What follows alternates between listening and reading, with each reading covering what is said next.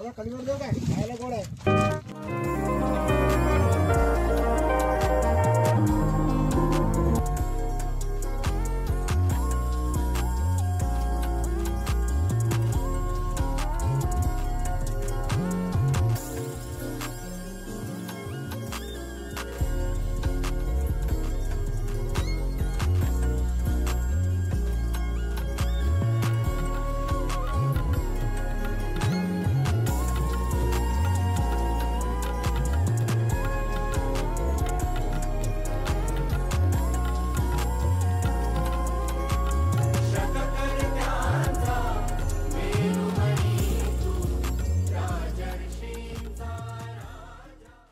रायगडाची महत्वाची माहिती इथपर्यंत असते, पण जाता जाता मराठ्यांचे काही 4 शेर आहेत.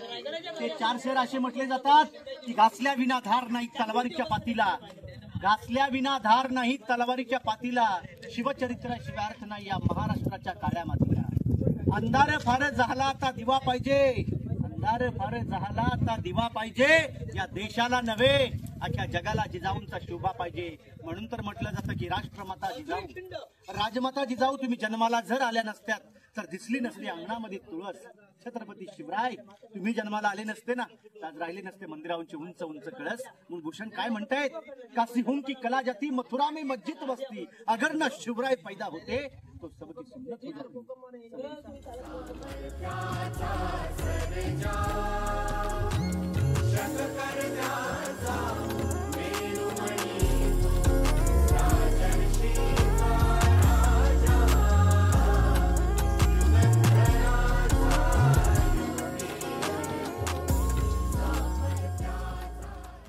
हो सर्वप्रथम आपण सर्व भक्तांनी दरबाराच्या बॅक साइडने दरबारात एंट्री केली ही दरबाराची फ्रंट बाजू. आपण जे बघायला उंच इमारत पाहतो 52 फूट हाईट आहे. या उंच इमारतीचं नाव नगारखाना, मुंबईचा गेट ऑफ इंडिया.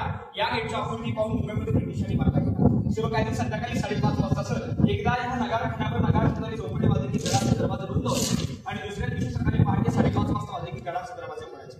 पूर्वी याच्यावर नगारे वाजवायचे. या कोपऱ्यात जाण्यासाठी रस्ता होता आता बंद केलाय. आता रोज 5:30 वाजता इथे खाली वाजवतात.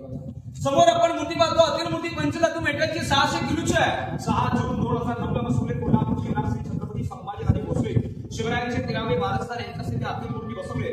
वरचं छत छत्रपती म्हणतात भारताचे 7वे राष्ट्रपती डॉक्टर ज्ञानेंद्र सिंग यांच्या हस्ते 1985 मध्ये त्या मेघडमूर्तीची स्थापना इथे करण्यात आली. आता आपल्या सर्व शिवभक्तांना पंचतत्वाचा मेटलचा स्टॅच्यू इथे बघायला भेटतोय. मात्र 450 वर्षापूर्वी अशा प्रकारे या ठिकाणावर सर रत्नजडीत 32 मण सुवर्ण सुवाचं सिंहासन होतं बघा. एक मण म्हटलं की 40 किलो, 32 मण म्हणजे 1280 किलो रत्नजडीत सुवर्ण सुवाचं सिंहासन पूर्वी या ठिकाणावरती होतं. औरंगजेबचा सरदार जुल्फिकार खान त्याचं टोपण नाव होतं इतिकत खान यांनी 3 नोव्हेंबर 1689 मध्ये घराचे गाव घालून या ठिकाणावरचं रत्नजडीत 32 मण सुवर्ण सुवाचं सिंहासन हे औरंगजेबच्या दरबारात ठेवलं. आता आपण सर्व शिवभक्तांना पंचतत्वाचा मेटलचा स्टॅच्यू इथे बघायला भेटतो. सर दरबार ओपन दिसतोय 450 वर्षापूर्वी. दरबार काय 25 होता. सालवाडी लाकडे खपाटे नलचीकोड मातीची कवले होती.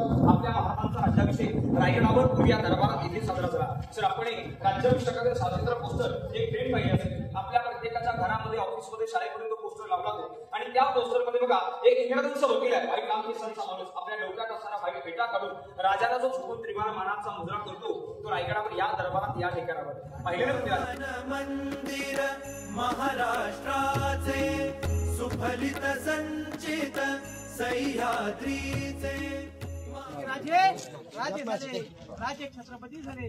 अशा प्रकारे शिवरायांचा आशीर्वाद घेतले येथे अजूनपर्यंत म्हणतो या दरबारामध्ये 6000 प्रजा होती. यावेळी रायगड किल्ल्यावरती 6 ते 7 लाख सुफलित संचित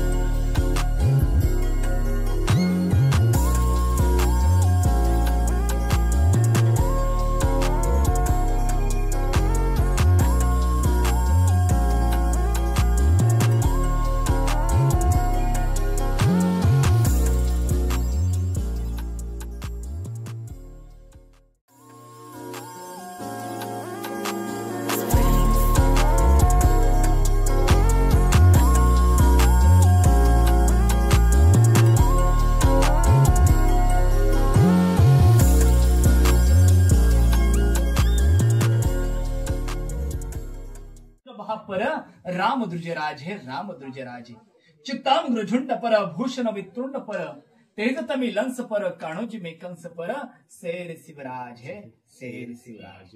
काय म्हटलं की रामदुर्जराज प्रभू रामचंद्रांचं दुसरं राज्य कुठं असेल तर या महाराष्ट्रात छत्रपती श्री शिवरायांचं पाहायला मिळालं. पण महाराजांच्या अगोदर हित चित्तांग्र झुंड पर होता. हरणाच्या कल्पामध्ये जसा चित्ता घुसत होता असे मुघल आपल्या वस्तीमध्ये घुसत होते. या बहिणीच्या इज्जतीची देवळ नष्ट करत होते आणि त्यांचं रक्षण करण्याकरता या महाराष्ट्राच्या पावन भूमीमध्ये शेर म्हणजे वाघासारखा ज्याने जबडा फाडला त्या पोटला फाडला अफजल खानाचा त्या महाराजांचा जन्म या महाराष्ट्राच्या पावन पुण्यभूमीमध्ये झालेला आहे. मग त्याने म्हटलं की शेर शिवराज. रायगड घडवायला रायगड बांधायला साहजिक गोष्ट की 14 वर्षे राजे इथे थांबले असतील का? नाही. राजे मोहिमांवरती राजे आग्र्याच्या कैदेत अडकले. रायगडाचा निधी संपला. मग अशा परिस्थितीमध्ये हिरोजीने स्वतःचं घर दार जागा जमीन वाडा विकली आणि स्वर्गाहून सुंदर रायगड तयार केला. महाराज येतात. महाराजांनी विचारलं की हिरोजी रायगड बेलाग आणि बेबुलंद झाला काय? जी राजे, या रायगडाचा दरवाजा बंद झाला तर जाईल ते पाणी वर येईल तो फक्त वारा असा बेबुलंद रायगड मी बांधलेला. मग महाराज म्हणतात याचं शाश्वती काय? आज करोडोचे ब्रिज बांधले जातात पण त्याची गॅरंटी भेटत नाही. त्याचं गॅरंटी पत्र दिलेलं आहे. मला दाखवलं मी तुम्हाला शिलालेखात लिहून दिलेले पाठी. श्री गणपती नम प्रासातो जगदीश्वर जगत मानंदणो वापी कुंभ स्तंभ नरहर मी बांधलेली आहेत आणि याची संपूर्ण बांधकामाची मी हिराजीनं निर्मितो शाश्वती अशी देत आहे की यावत चंद्र दिवा करो की जोपर्यंत या आकाशात चंद्र सूर्य तारे चमकत राहतील तोपर्यंत माझे बांधकाम टिकेल अशी मी हिराजीनं निर्मितो याची शाश्वती याची गॅरंटी देत आहे. महाराज खुश झाले. हिरोजीने आलिंगन दिले की बोला हिरोजी काय नाम पाहिजे? 10 गावाची वतनदारी पाहिजे, किल्ले पाहिजे, माणिक पाहिजे, मोती पाहिजे, ते मागाल ते आज आम्ही द्यायला तयार आहोत. राजा असं काही नको. राजा आपण महादेवाचे भक्त, आपण या जगदीश्वराचे भक्त, याचं दर्शन करण्याकरता आपण रोज येत असताना तुमचा चरण स्पर्श पडेल, तुमच्या चरणाची धूळ माझ्या मस्तकावर पडेल. अशा ठिकाणी माझे नाव कोरायची अनुमती द्या. नाव कोरले सेवेची ठाई तत्पर हिरो इंदुरकर. ताई लक्षात एवढंच घेतलं पाहिजे की ज्याने ताजमहल बांधला ना शहाजहान त्याचे हातपाय कापले पण ज्याने ताजमहलच्या 10 पटीने सुंदर रायगड बांधला. आज 400 वर्षानंतर नुसता इतिहास वास्तू काहीच नाही, चौतरी शिल्लक आहे. अंगात वरती शारीर डोळ्यातनं पाणी येते. मग 400 वर्षापूर्वीचा रायगड कसा असेल?